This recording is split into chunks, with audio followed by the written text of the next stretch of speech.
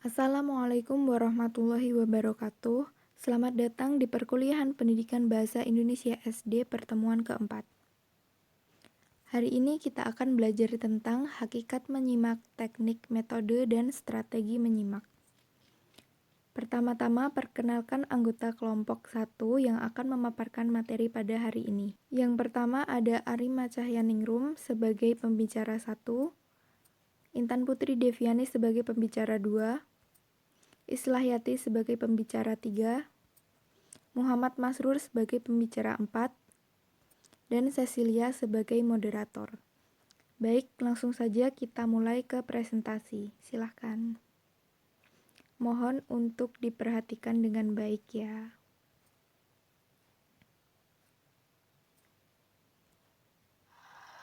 Hakikat menyimak. Menyimak adalah suatu proses kegiatan menyimak lambang-lambang lisan dengan penuh perhatian, pemahaman, apresiasi, serta interpretasi untuk memperoleh informasi, menangkap isi atau pesan, serta memahami makna komunikasi yang telah disampaikan oleh pembicara melalui ujaran atau bahasa lisan. Dengan menyimak, seseorang dapat menyerap informasi atau pengetahuan yang disimaknya. Menyimak juga dapat memperlancar keterampilan berbicara dan menulis. Semakin baik daya simak seseorang, maka akan semakin baik pula daya serap informasi atau pengetahuan yang disimaknya. Hakikat menyimak berhubungan dengan mendengar dan mendengarkan. Subiantoro dan Hartono menyatakan bahwa mendengar adalah peristiwa tertangkapnya rangsangan bunyi oleh panca indera pendengaran yang terjadi pada saat kita sadar akan adanya rangsangan tersebut. Sedangkan mendengarkan adalah kegiatan mendengar yang dilakukan dengan cara sengaja dan penuh perhatian terhadap apa yang didengar. Sementara itu, menyimak sama pengertiannya dengan mendengarkan, tetapi dalam menyimak, intensitas perhatian terhadap apa yang disimak lebih ditekankan lagi.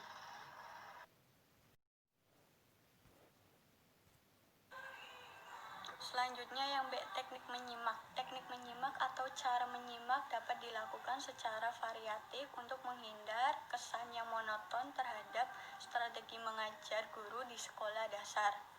Selain itu, melalui penggunaan teknik menyimak yang beragam menjadikan pembelajaran lebih menarik bagi siswa. Adapun beberapa teknik menyimak yang dapat digunakan, yaitu 8 teknik. Yang pertama, teknik ulang ucap atau teknik menirukan. Teknik ini biasa digunakan guru pada siswa yang belajar bahasa permulaan, baik belajar bahasa ibu maupun bahasa asing. Teknik ini digunakan untuk memperkenalkan bunyi bahasa dengan pengucapan atau lafal yang tepat dan jelas oleh guru. Dengan teknik ini, pertama guru mengucapkan kata-kata yang sederhana, seperti misalnya mata. Kemudian, guru memperjelas kata tersebut dengan cara mendemonstrasikannya. Guru menggunakan jari tangannya untuk menunjukkan salah satu bagian wajahnya, yaitu mata.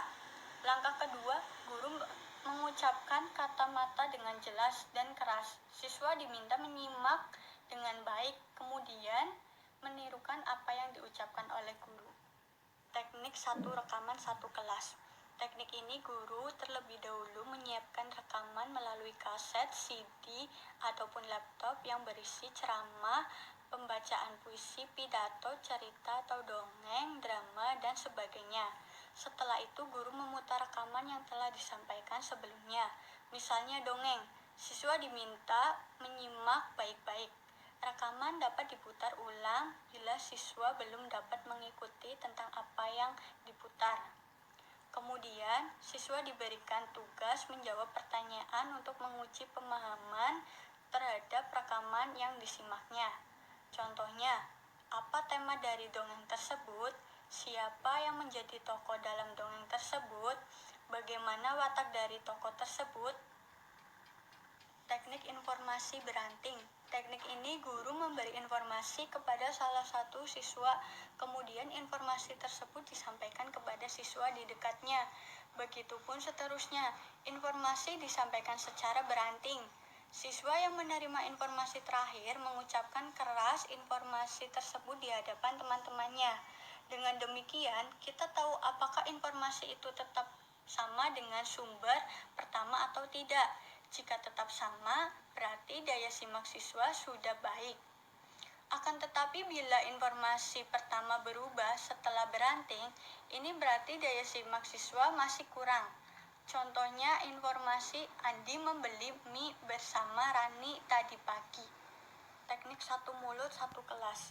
Teknik ini guru membacakan sebuah wacana yang dapat berupa artikel atau cerita di hadapan siswa, dan siswa diminta untuk menyimak baik-baik.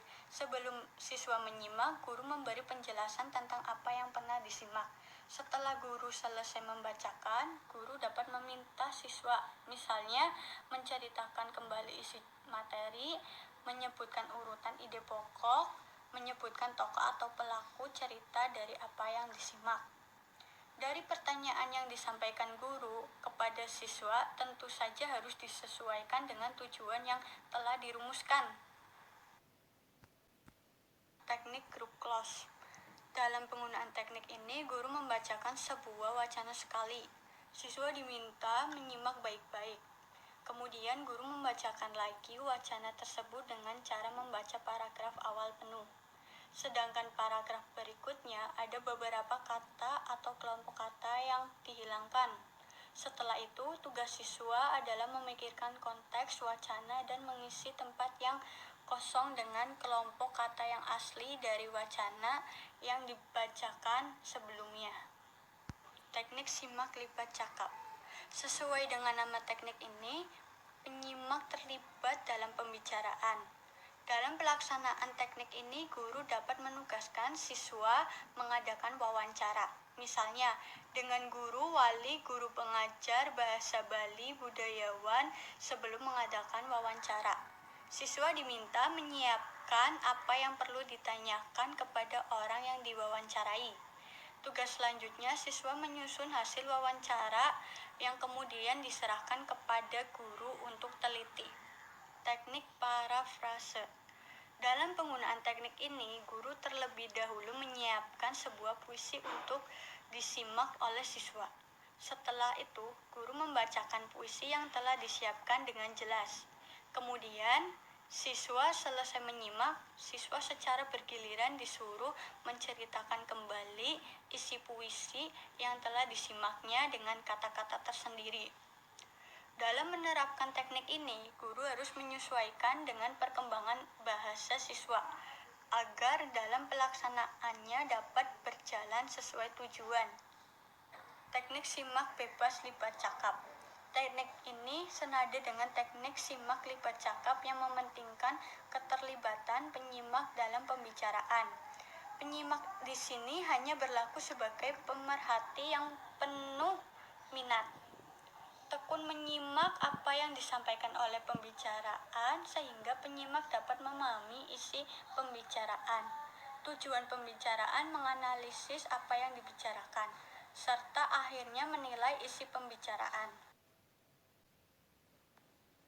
Metode mendengarkan atau menyimak adalah prosedur, urutan, langkah-langkah, dan cara yang digunakan guru dalam pencapaian tujuan pembelajaran. Metode mendengarkan atau menyimak dibagi menjadi 6. Yang pertama, metode langsung. Metode pengajaran langsung dirancang secara khusus untuk mengembangkan belajar siswa tentang pengetahuan prosedural dan pengetahuan deklaratif yang terstruktur dengan baik dan dapat dipelajari selangkah demi selangkah. Di dalam metode langsung terdapat 4 fase, yaitu demonstrasi, pembimbingan, pengecekan, dan pelatihan. Yang kedua, metode komunikatif.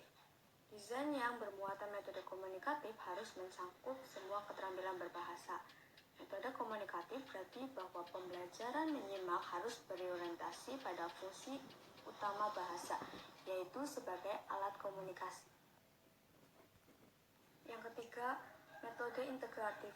Integratif berarti menyatukan beberapa aspek ke dalam satu proses. Integratif terbagi menjadi interbidang studi dan antar bidang studi. Yang keempat, metode tematik. Dalam metode tematik, semua komponen materi pembelajaran diintegrasikan ke dalam tema yang sama dalam satu unit pertemuan. Yang perlu dipahami adalah tema bukanlah tujuan, tetapi alat yang digunakan untuk mencapai tujuan pembelajaran. Tema tersebut harus diolah dan disajikan secara kontekstualitas, kontemporer, konkret, dan konseptual. Tema yang telah ditentukan harus diolah sesuai dengan perkembangan dan lingkungan siswa. Semua siswa dapat mengikuti proses pembelajaran dengan logika yang dipunyainya. Siswa berangkat dari konsep ke analisis atau analisis ke konsep, kebahasaan, penggunaan, dan pemahaman. Yang kelima, metode konstruktivitas. Asumsi sentral metode konstruktivitas adalah belajar itu menemukan. Artinya, meskipun guru menyampaikan sesuatu kepada siswa, mereka melakukan proses mental atau kerja otak atas informasi itu agar informasi tersebut masuk ke dalam pemahaman mereka.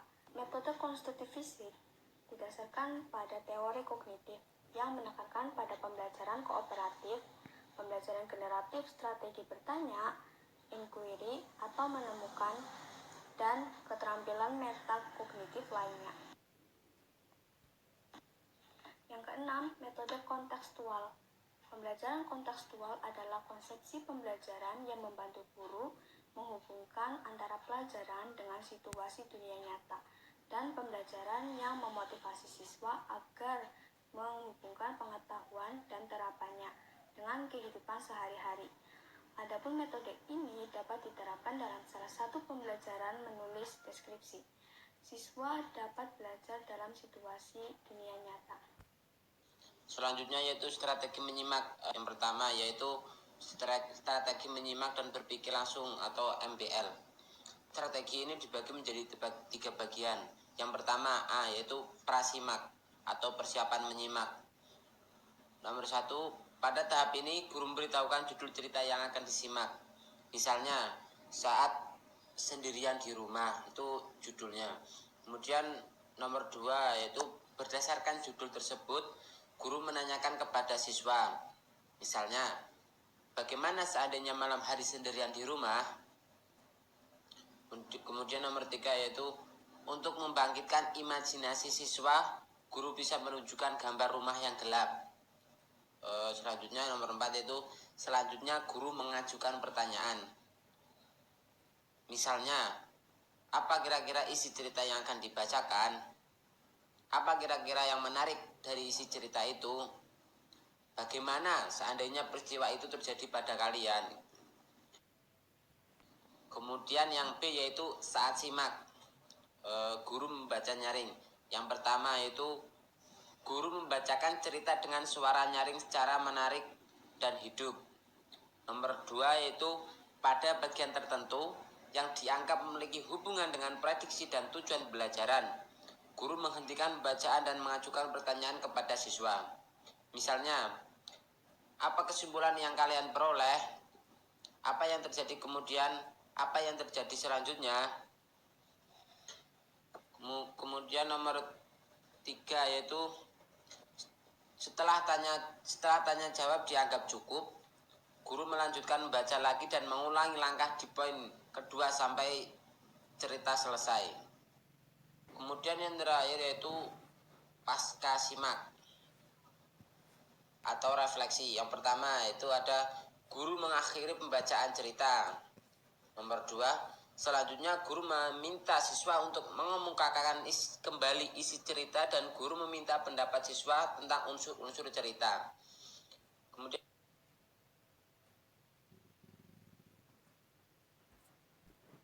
strategi menyimak tentang pertanyaan jawaban atau PJ. Ada 3 strategi menyimak tentang pertanyaan jawaban atau PJ. Ada 3 bagian, yaitu yang pertama prasimak. Nomor 1, guru mengemukakan judul bahan simakan. Nomor 2, guru mengajukan pertanyaan berkenan dengan isi simakan yang akan dibicarakan. Kemudian yaitu saat simak, guru membacakan materi simakan. Pembacaan dapat dilakukan per bagian dengan diselingi pertanyaan atau dibacakan secara keseluruhan secara langsung. Setelah materi simakan selesai dibacakan, guru memberi kesempatan kepada siswa menanyakan hal-hal yang belum dipahami. Kemudian nomor 3 itu guru mengadakan tanya jawab dengan siswa. Nomor 4 itu siswa mengemukakan kembali informasi yang telah diperoleh. atau bisa cara tertulis maupun lisan. Kemudian yang terakhir yaitu strategi menyimak secara langsung atau KML. KML ini dibagi menjadi 3 bagian. Yang pertama itu prasimak. Guru mengemukakan tujuan pembelajaran, membacakan judul teks simakan, bertanya jawab dengan siswa tentang hal-hal yang berkaitan dengan judul bahan simakan sebagai upaya untuk membangkitkan skemata siswa. Selanjutnya, guru mengemukakan hal-hal pokok yang perlu dipahami dalam menyimak. Kemudian itu ada saat simak. Guru meminta siswa mendengarkan materi simakan yang dibacakan oleh guru. Yang terakhir yaitu pasca simak. Yang pertama, guru melakukan tanya jawab tentang isi simakan. Pertanyaan tidak selalu harus diikat oleh pertanyaan yang terdapat di dalam buku. Guru hendaknya menambahkan pertanyaan yang dikaitkan dengan konteks kehidupan siswa atau masalah lain yang aktual. Nomor 2 yaitu guru memberikan latihan atau tugas atau kegiatan yang berfungsi untuk mengembangkan keterampilan siswa dalam menyimak. Baik, sekian presentasi dari kelompok kami. Mohon maaf apabila ada kesalahan. Wassalamualaikum warahmatullahi wabarakatuh.